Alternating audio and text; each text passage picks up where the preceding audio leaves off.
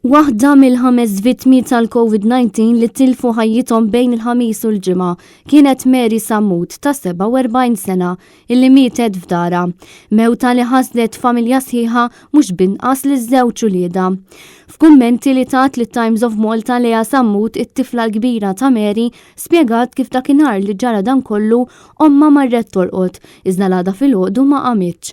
Hija kienet diġà għamlet swab ftit tal-jiem qabel u r-riżultat pożittiv. Il-mara kella biss sola. Ma nistax impoġġi s-sentimenti tiegħi fi kliem, stqarret Lea. Mary Sammut ħallit wara wkoll tifla oħra ta' 11 sena bil-familja tisħaq li f'temp ta' ġimgħa il-COVID-19 ħadilhom lil ommhom li kienet f'saħħitha.